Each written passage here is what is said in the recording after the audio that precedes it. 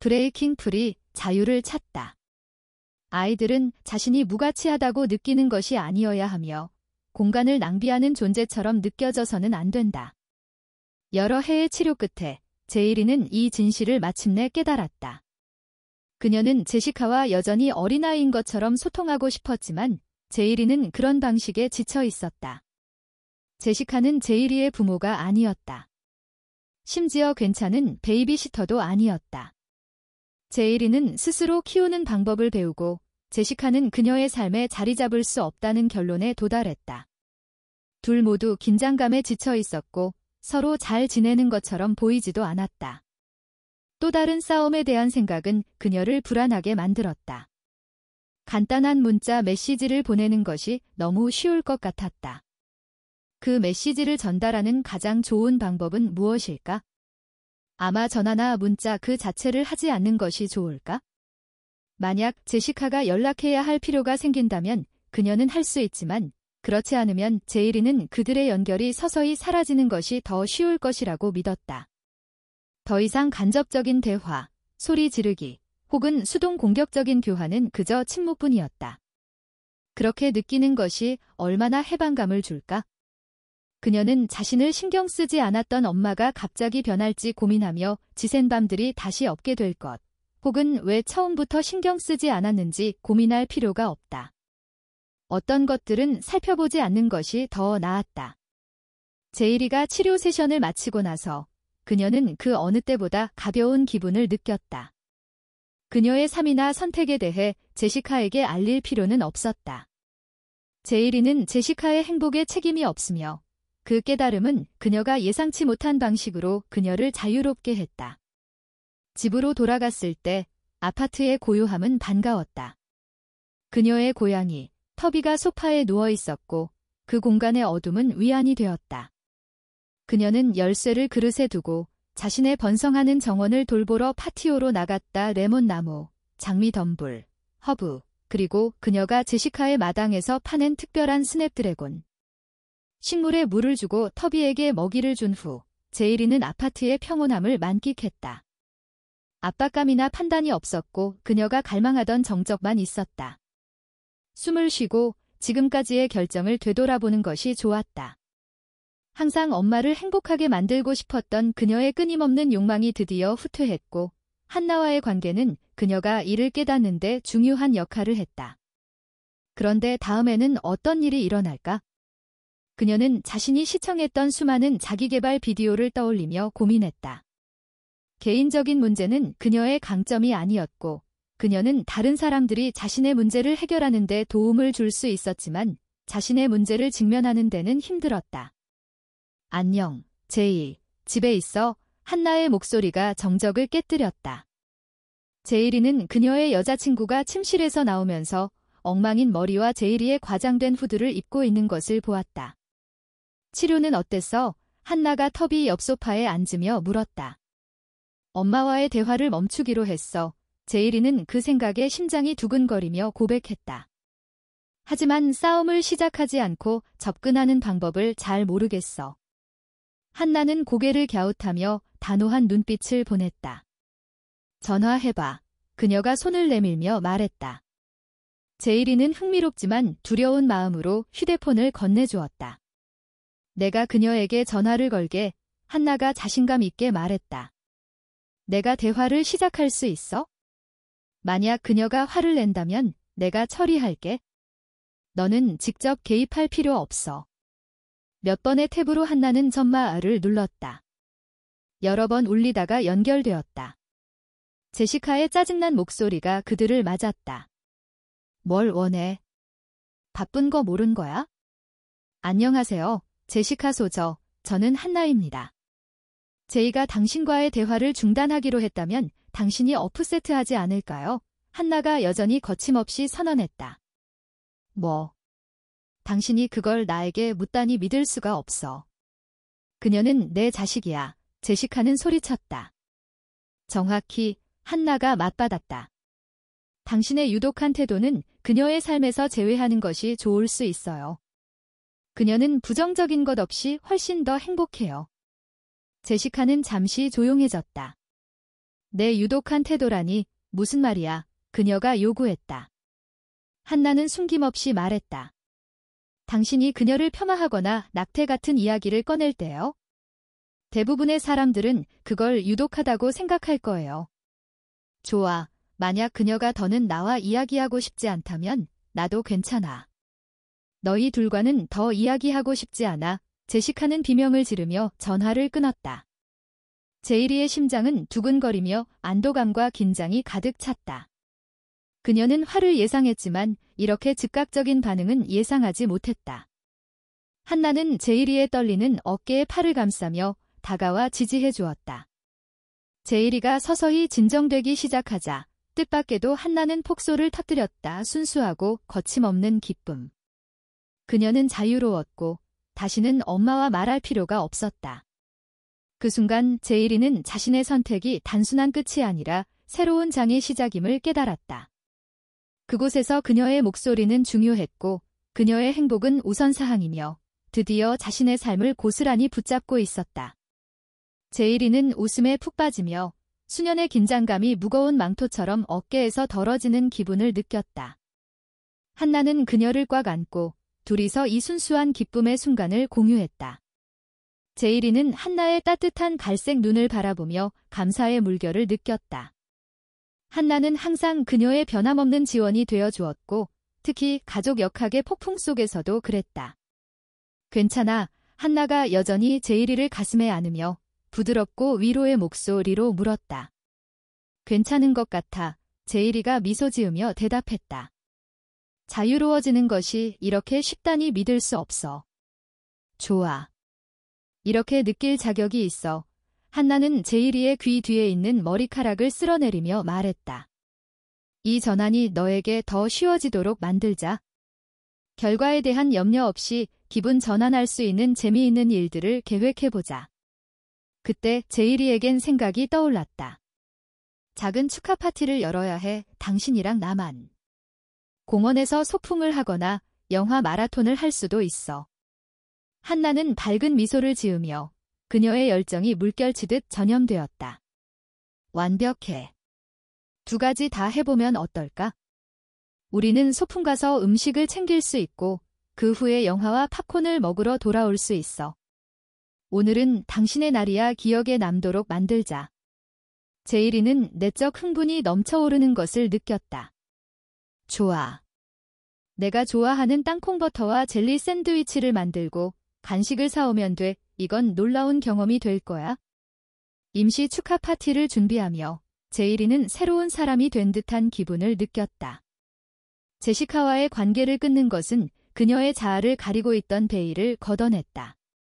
엄마의 기대감으로부터의 무게가 없어지자 그녀는 가벼워지고 자유로워졌다.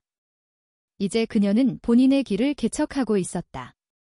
오후 늦게 그들은 밝은 빨간 소풍 담요를 들고 간식이 가득한 바구니, 레모네이드가 담긴 보온병을 들고 공원으로 나갔다. 태양은 빛나고 모든 것을 따뜻한 빛으로 감싸주었다. 제이리는 한나가 장난스럽게 그들의 담요를 잔디에 던지는 모습을 보며 미소 지었다. 내 잎 클로버를 가장 먼저 찾는 사람이 특별 간식을 받는다. 한나가 잔디밭을 가리키며 농담을 했다. 도전 받아들여. 제이리가 웃으며 한나와 함께 잡초 속으로 뛰어들었다. 그들은 잔디를 뒤지며 가끔 손가락이 스치면서 작은 기쁨의 불꽃을 일으켰다. 몇 분을 검색하고 내 잎 클로버의 희소함에 대한 조롱이 섞인 불만을 잠시한 후 둘은 포기하고 담요에 앉았다. 제이리는 바구니를 열며 샌드위치, 신선한 과일, 초콜릿바가 가득한 다채로운 풍경을 드러냈다. 이거 환상적이야. 한나가 외치며 과일 조각을 꺼냈다. 당신은 정말 이룬 게 많아. 그들은 이야기하며 피크닉을 즐겼고 공기를 울릴 수 있는 웃음소리와 이야기를 나눴다. 가끔 제이리는 제시카가 자신의 대화에 포함되기를 원할 것이라는 불안함을 느꼈지만 매번 이 순간에 느낀 명확함과 자유를 스스로 다짐했다. 피크닉을 마친 후 그들은 공원 주변을 느긋하게 산책하기로 했다. 꽃의 생생한 색과 새의 지저귀이 제일이 주위를 춤추듯 감싸주며 그녀의 마음에 기쁨을 안겼다. 엄마가 연락을 시도할 것 같아. 한나가 조심스럽게 물었다. 나는 모르겠어. 제일이가 인정하며 말했다. 솔직히 그거 상관없어. 더는 과거를 되풀이하고 싶지 않아? 나는 나를 행복하게 하는 것에 집중해야 해. 가끔은 나를 끌어내리는 것 아니면 사람들 글 포기해야 할 때도 있어. 완전히 이해해. 한나가 부드럽게 다가와 제일이의 손을 잡았다. 너는 내 행복을 우선시해 할 자격이 있어? 태양이 세기를 다하게 지기 시작하자 그들은 작게 서로 보이는 작은 연못을 내려다 보이는 벤치를 찾았다. 그것은 고요한 장소였다. 새로운 시작의 오후에 적합한 배경이었다. 제일이는 편안하게 자리 잡고 한나의 어깨에 머리를 기댔다. 다음에는 어떤 일이 생길까? 제일이가 깊은 숨을 쉬며 평화의 순간을 만끽하며 생각해 보았다. 너는 이제 많은 선택을 할 수 있어. 한나가 제일이의 머리를 쓰다듬으며 대답했다. 내 열정에 집중할 수도 있고 새로운 취미를 탐색할 수도 있으며 그것이 네가 관심 있는 일이면 경력을 발전시킬 수도 있어. 세상은 내 것이야. 제일이는 한나의 말에 고무되었다. 그녀는 제시카의 필요를 우선시하느라 자신의 꿈과 열망을 거의 잃어버린 상태였다. 너가 맞아. 나 다시 그림을 그리기 시작하고 싶어. 그거는 나에게 너무 좋았고 모든 것이 지나간 후에는 그 창조적인 공간이 필요할 것 같아. 그래. 내가 표현할 수 있는 지역 미술 수업을 찾자. 한나가 격려하며 말했다. 영감을 받은 제일이는 이것이 신장의 새로운 장의 시작일 것이라는 생각이 들었다. 그녀에게는 도구와 지원, 진정으로 원하는 삶을 수용하고자 하는 욕망이 있었다. 그들은 잠시 정적에 머물며 태양, 이 지평선 아래로 내려가면서 오렌지와 분홍색의 색조로 하늘을 물들였다. 우리 함께 제일이가 한나를 바라보며 물었다. 항상 한나가 약속했다. 저녁에 집으로 돌아가며 제일이의 마음에는 결단력이 차올랐다. 그녀는 자신의 삶을 되찾을 준비가 되었고 한나와 함께라면 무엇이든 가능하다고 느꼈다. 과거의 그림자가 사라지고 그 자리에는 그녀 자신이 그려갈 찬란한 미래가 기다리고 있었다. 다음 몇 주는 제일이가 새로운 자유 속으로 깊이 빠져들며 펼쳐졌다. 제시카와의 관계가 단단히 정리되자 그녀는 개인 성장과 탐색을 위한 공간이 풍성하다는 것을 발견했다. 매일매일이 오래도록 지나가는 의심과 두려움에 가려져 있던 자신의 일부를 재발견할 기회처럼 느껴졌다. 제일이는 지역 커뮤니티 센터에서 그림 수업을 신청했다. 처음 수업은 색상과 기법에 관한 워크숍이었고 그녀가 여러 해 만에 처음으로 붓을 잡자 향수가 밀려왔다. 페인트와 캔버스의 냄새는 그녀의 창조적인 영혼을 재충전시켰고 그녀는 마치 집으로 돌아온 것 같은 기분을 느꼈다. 항상 지원해주는 한나는 제일이의 첫 수업에 함께했고 근처의 테이블에 그녀의 미술 용품을 놓았다. 한나는 두 사람의 개성을 아우르는 벽화를 그렸다. 기쁨, 사랑, 자유를 상징하는 색의 난장판. 제일이가 한나의 작품을 바라보았을 때 그녀는 그 대담한 선들 속에 그들의 여정이 반영되어 있음을 보았다. 그들은 서로의 예술적 발전을 축하하고 종종 완성한 작품을 집으로 가져가 아파트 벽에 걸었다. 그 결과 그들의 공동 공간은 개인적 터치와 기억으로 가득한 아늑한 갤러리로 탈바꿈했다. 하지만 예술만 있는 것이 아니라 제일이의 삶은 르네상스를 겪었다. 그녀는 항상 하고 싶었던 달리기를 시작했으며 과거에 무시했던 것들을 새롭게 다루기 시작했다. 한나와 함께 지역 오케이 대회에 참여하기 시작했고 그것은 그녀의 몸과 마음을 변화시켰다. 신선한 공기와 엔도르핀이 그녀를 이끌며 긍정적인 파도를 몰아오고 과거의 그림자를 대체했다. 어느 저녁 그들이 영화를 보려 준비할 때 제일이는 익숙한 불안감이 밀려왔다. 제시카에게서 예상치 못한 메시지를 받았기 때문이다. 용서에 대한 질문과 감정적인 호소의 연속이었다. 엄마와 대화할 생각은 그녀를 불안하고 혼란스럽게 했지만 제일이는 평화를 유지하겠다는 선택에 확고했다. 답장을 하고 싶지 않아 그녀가 약간 걱정스러운 목소리로 말했다. 해결하면 기분이 나아질 것 같아 한나가 부드럽게 물었다. 모르겠어. 이제 그 무게가 없다는 느낌이 너무 강해. 내 공간에 다시는 그녀의 부정적인 에너지가 쏙 들어오지 않았으면 해. 제이리가 창밖 도시의 스카이라인을 바라보며 말했다. 아마 편지를 써보는 것도 좋을 것 같아. 보내지 않아도 되고 내 감정을 처리하는 데 도움이 될 수 있어. 한나가 제안했다. 그날 밤 제이리는 자신의 책상에 앉아 스케치북과 펜을 꺼냈다. 그녀는 마음을 써내려가며 자신이 느끼는 것, 아픔, 그리고 멀어지는 것이 얼마나 해방감 때문에 색이 있는지를 적어내려갔다. 그녀는 경계 설정과 자신의 행복을 우선시하는 것의 중요성에 대해 썼다. 글쓰기는 정화의 과정이었고 여러 페이지를 채우고 나서 그녀는 편지를 보낼 필요가 없음을 깨달았다. 대신 그녀는 그것을 그녀의 발전의 상기물로 보관하기로 했다. 그녀는 자신의 이야기를 되찾고 오랫동안 잊혀졌던 정체성의 조각들을 조립하고 있었다. 몇 주가 몇 개월로 이어지자 모든 경험 예술이나 달리기 또는 한나와 함께 별빛 아래에서 저녁을 즐기는 것들이 자신의 소속감과 자기 존중감을 크게 증대시켜 주었다. 제이리는 매일매일을 기대하며 새로운 모험과 도전을 맞이할 준비가 되어 있었다.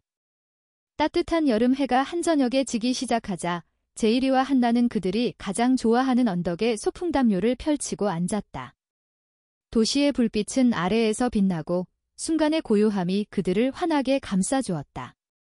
너가 얼마나 멀리 왔는지 믿을 수 없어. 한나가 말하며 눈이 빛났다. 너는 진정으로 꽃을 피웠어. 내가 있을 수 있었던 건 모두 내가 있었기 때문이야. 제이리가 말하며 마음이 부풀어 오르는 듯한 감정을 느꼈다. 이 힘을 찾는데 너의 도움이 없었다면 안 됐을 거야. 한나는 미소를 지으며 제이리의 손을 서로 얽었다. 그리고 더 많이 발견할 것이 많아. 태양이 지평선 아래로 내려가고 처음 별들이 하늘에 나타나자 제이리는 눈을 감고 그 황홀한 순간을 만끽했다. 오랜만에 그녀는 전적으로 자유롭다는 느낌을 받았다. 과거의 짐에서 벗어나 타인의 기대감의 무게에서 벗어난 것. 미래에 어떤 일이 있을지 기대돼. 제이리가 얼굴에 미소를 띠며 말했다.